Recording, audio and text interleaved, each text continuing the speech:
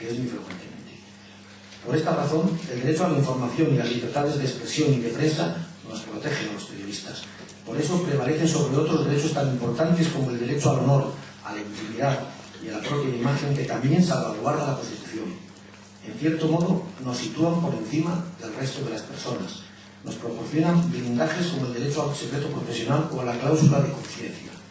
Es un privilegio que la sociedad coloca en nuestras manos, pero también una gran responsabilidad, una enorme responsabilidad, una insoslayable responsabilidad. Así es como lo veo yo. Ojo, sin solemnidades. No en vano me parece la humildad uno de los rasgos principales del buen periodista. No somos jueces, no somos policías, no somos profesores, no somos representantes políticos, por mucho que haya periodistas que jueguen o fantaseen y hasta se obsesionen con suplantar a policías, a jueces, a profesores, a representantes políticos. Somos periodistas, solo periodistas, pero nada menos que periodistas. Contar lo que pasa, ese es todo el secreto, pero contar la verdad de lo que pasa. Un profesor vuestro, periodista en esta comunidad, amigo también, pero sobre todo cómplice en la defensa de esta bendita profesión, me recomendaba hace unos días que no dejara de insistir en una idea que hemos comentado él y yo una y otra vez. La importancia de la verdad como elemento insustituible y cimiento de la noticia. No solo os insisto, ¿cómo voy a dejar de invocar aquí la verdad a la hora de la responsabilidad de los medios, de los periodistas? Esa es nuestra principal responsabilidad.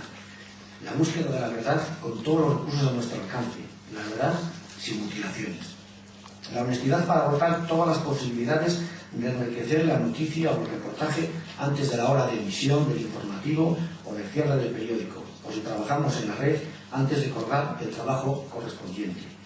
La humildad para no caer nunca en la tentación de considerarnos el centro del universo o pecar de listillos, que tampoco es infrecuente, y si caemos o pecamos, como es natural en los seres humanos, para identificar el error, aprender la lección y seguir adelante mejor preparados que antes de equivocarnos. El escepticismo como reacción automática, espontánea, natural, ante todas las fuentes, más cuanto más poder ostenten, pero no el escepticismo aristocrático o arrogante de quien se cree por encima de nadie o con la sartén por el mango. Me refiero a la cautela propia de quien nunca olvida a quién se debe y por qué. A los ciudadanos, cuyo derecho a la información ejerce por delegación tácita de aquellos y por la relevancia en la vida de las personas de la materia prima que maneja, las noticias, la información. No me refiero solo a las grandes batallas que la prensa libra históricamente y seguirá librando con el poder, tipo papeles del Pentágono, el Watergate, las insistentes armas de destrucción masiva que justificaron la intervención armada en Irak, el GAL u otros crímenes y abusos del Estado aquí y en todo el mundo. Me refiero a la resistencia permanente ante la seducción silenciosa del poder, de cualquier poder, al estado de alerta permanente ante la falsa camaradería, a la precaución de repetirte cada día que eres periodista, después de entrevistar al presidente, almorzar con el presidente o aprovechar un cóctel para echar un rato con el presidente. Cualquier presidente, y quien dice presidente, dice cualquier personaje de la vida pública. Está en juego la credibilidad, el bien más preciado de un periodista, su tesoro más importante, el título que más tiempo y trabajo cuesta adquirir, un edificio que se construye ladrillo a ladrillo, día a día, poco a poco, el fruto más valioso del árbol de la responsabilidad del periodista, el que le permite establecer una relación de confianza con los ciudadanos, la semilla en la que germina la autoridad moral, la autoritas del periodista, esa alianza íntima con los lectores o los oyentes que cada día sintonizan tu medio o compran tu periódico o se conectan a tu página y dicen después, esto es así porque lo cuenta Castilla y León Televisión, por ejemplo, o porque viene en la prensa. O todavía mejor, esto es así porque lo dice futanito, la credibilidad, el prestigio. ¿No es eso responsabilidad? Voy a poner un ejemplo trivial, si queréis, pero muy gráfico en tanto que nos invita a reflexionar sobre la catarata de decisiones que pueden desencadenar un error aparentemente relevante para quien lo comete, aunque en absoluto para el afectado. Es el del tipo que rompe el décimo de lotería o el cupón de la ONCE tras comprobar en sus medios de comunicación preferido que no le ha tocado y se tira de los pelos cuando lee o escucha las disculpas del medio en cuestión por el involuntario error cometido al contar o publicar un número equivocado. precisamente el que había roto el confiado oyente lector. ¡Qué decepción! ¿Os podéis imaginar si sufre o no sufre el lazo de complicidad del engañado con su medio de comunicación habitual? Menos propicio a la sonrisa es el caso de esa chica bonita, esa chica guapa, cuya imagen es captada por el cámara o el fotógrafo de turno para ilustrar un reportaje de terrazas de verano, playas, fiestas o similar. Pasa al archivo del medio, mira por dónde aparece 2 meses o 2 años más tarde para ilustrar un reportaje de una información de consumo, de drogas, prostitución o tráfico ilegal de mujeres. No es nada divertido para la afectada. Os cuento casos reales de los que de algún modo soy responsable. Pero más profundo que el grave contratiempo de palmar un dinerillo o un dineral, o de envolver gratuitamente a alguien en un desagradable malentendido, es el papel que los medios de comunicación juegan en la formación de ciudadanos libres, es decir, bien informados, con capacidad para decidir por sí mismos. Por más efímera que sea la vida de las noticias, esa osada revelación del periódico de hoy, esa más o menos controvertida polémica del noticiario radiofónico del mediodía, esa más grande o más pequeña exclusiva del informativo de televisión, configuran o ayudan a configurar la fuerza más poderosa de cualquier sociedad democrática, la opinión pública. Esa es nuestra responsabilidad. No nos empuja esa obligación de ser veraces a conducirnos con rigor, a contrastar la información, a extremar las precauciones y a huir del sensacionalismo. No nos motiva la función de iluminar todos los rincones de la realidad, a tener siempre presente a los lectores, siempre presente a los lectores.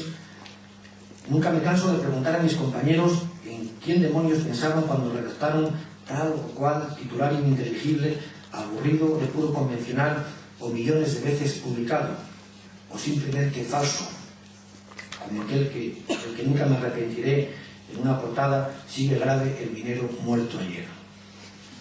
O cuando se lanzaron a contar tal o cual asunto sin contrastar la información, porque total no va a ningún lado. Mentira. Los tipos que aprietan el mando de la tele, el número de tu canal, los que sintonizan el dial de tu emisora de radio, los que compran tu periódico en el kiosco o los que buscan tu dirección en la red, merecen el respeto de quien acude a ti para saber lo que ocurre, de quien deposita su confianza en ti. No hemos de sentir la necesidad de mantener los ojos abiertos, de no dejar de aprender nunca, de cuidar el lenguaje y no dejarnos abanicar en la rutina, de recurrir siempre los mismos verbos, ser, hacer, tener, o las mismas coletillas. ¿No entra dentro de nuestra responsabilidad como periodistas la de luchar contra los estereotipos, contra la desidia, contra la indiferencia, contra el qué más da o contra el todo vale? ¿No es nuestro deber pelear contra nuestros propios prejuicios y estar dispuestos a revisar nuestro punto de vista a la luz de las nuevas informaciones que vamos descubriendo o conociendo? En la presentación de la Fundación Umbral, en la edición del 2008 de la Feria del Libro de Valladolid, escuché a Saramago preguntarse si los periodistas éramos conscientes de nuestra importancia. Las palabras son una piedra que tiras, argumentó más o menos literalmente. Ya no hay marcha atrás. Al día siguiente, se refería a los periódicos, pero la reflexión vale para todos los periodistas. Al día siguiente puedes pedir disculpas, pero no puedes borrar el hecho. Esa es nuestra responsabilidad, que no hay marcha atrás. Recuerdo una fotografía que publicamos en portada en la crónica que yo elegí el día anterior, en la Crónica de León, y que cuando la vi al día siguiente, automáticamente me di cuenta de que habíamos metido la pata. Era de unos niños de raza gitana comiendo al lado de un contenedor de basura. Naturalmente eso dio lugar a un litigio, que el periódico ganó, porque yo, nada más que me senté en la sala, pedí perdón al juez y reconocí el error que había supuesto publicar una fotografía de unos niños, de unos menores, comiendo basura. Lo que podía significar para esos niños, además de su desgracia, multiplicar el efecto negativo de verles para todos sus compañeros, amigos, familias, en ese trance. No hay marcha atrás. Es un buen pensamiento para tener pegado a la pantalla de nuestro ordenador e impreso a fuego en nuestro cerebro. Un buen periodista responsable, como decía Salomé, empieza en una buena persona. La frase se le atribuye normalmente a Kapuscinski, pero ha sido 1000 veces formulada en la historia antes y después de Kapuscinski, y yo la repito. Un buen periodista ha de ser decente, alguien que no haga trampas, empezando por él mismo, alguien que persiga sinceramente la verdad, especialmente cuando con nuestra información ponemos en tela de juicio el trabajo de quien sea y no digamos si lo que cuestionamos o atacamos es su honorabilidad. No somos cazadores. Es grande y tentadora la posibilidad de transformar nuestra influencia en un poder fáctico, a veces en dinero. No serán pocas las veces en que os encontréis ante la disyuntiva de elegir entre el periodismo y el oscuro placer de que un empresario, un artista o un político bailen al son de la música que vosotros tocáis.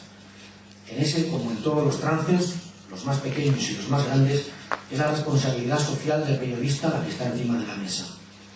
Mi paisano José Luis Gutiérrez, un periodista legendario de este país, que acaba de ganar un interminable pleito nada menos que al Estado de Marruecos, y uno de los que me enseñaron a amar esta profesión, suele citar a no sé qué gurú americano que sostiene que el periodismo permite al periodista vocacional y entusiasmado con su tarea no abandonar nunca la adolescencia.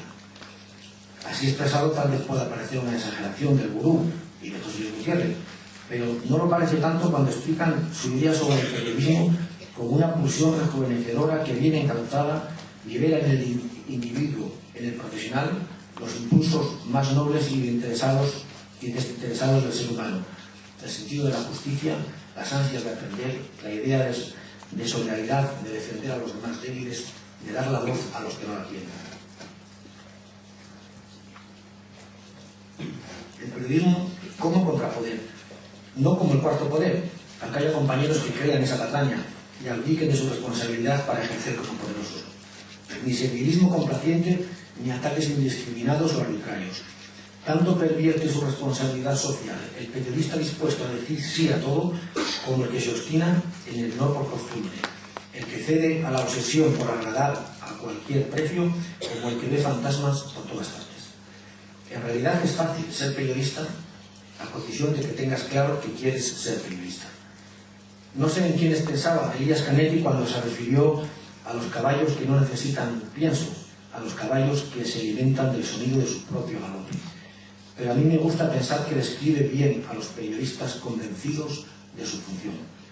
Esos periodistas que cada día, al acostarse más o menos rendidos, más o menos satisfechos, más o menos contentos, piensan en silencio lo mismo que aquel director del Washington Post. Peor sería tener que trabajar. Muchas gracias.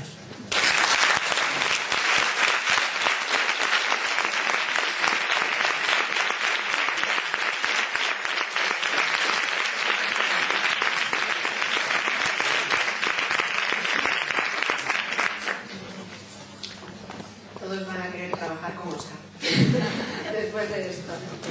Bueno, responsabilidad, humildad, la búsqueda de la verdad, la credibilidad del periodista. Yo creo que ha dado suficientes pinceladas sobre la responsabilidad social que tiene un periodista, como decíamos, ¿no? de reflejar aquello que realmente ocurre y de dar voz a aquellos que no lo tienen. Bueno, es el turno de ustedes, que sí que tienen voz para preguntarle a Oscar pues, aquellas cuestiones que les interesen y saben que es una buena oportunidad para hacerlo. Si levantan la mano, vamos dando palabras.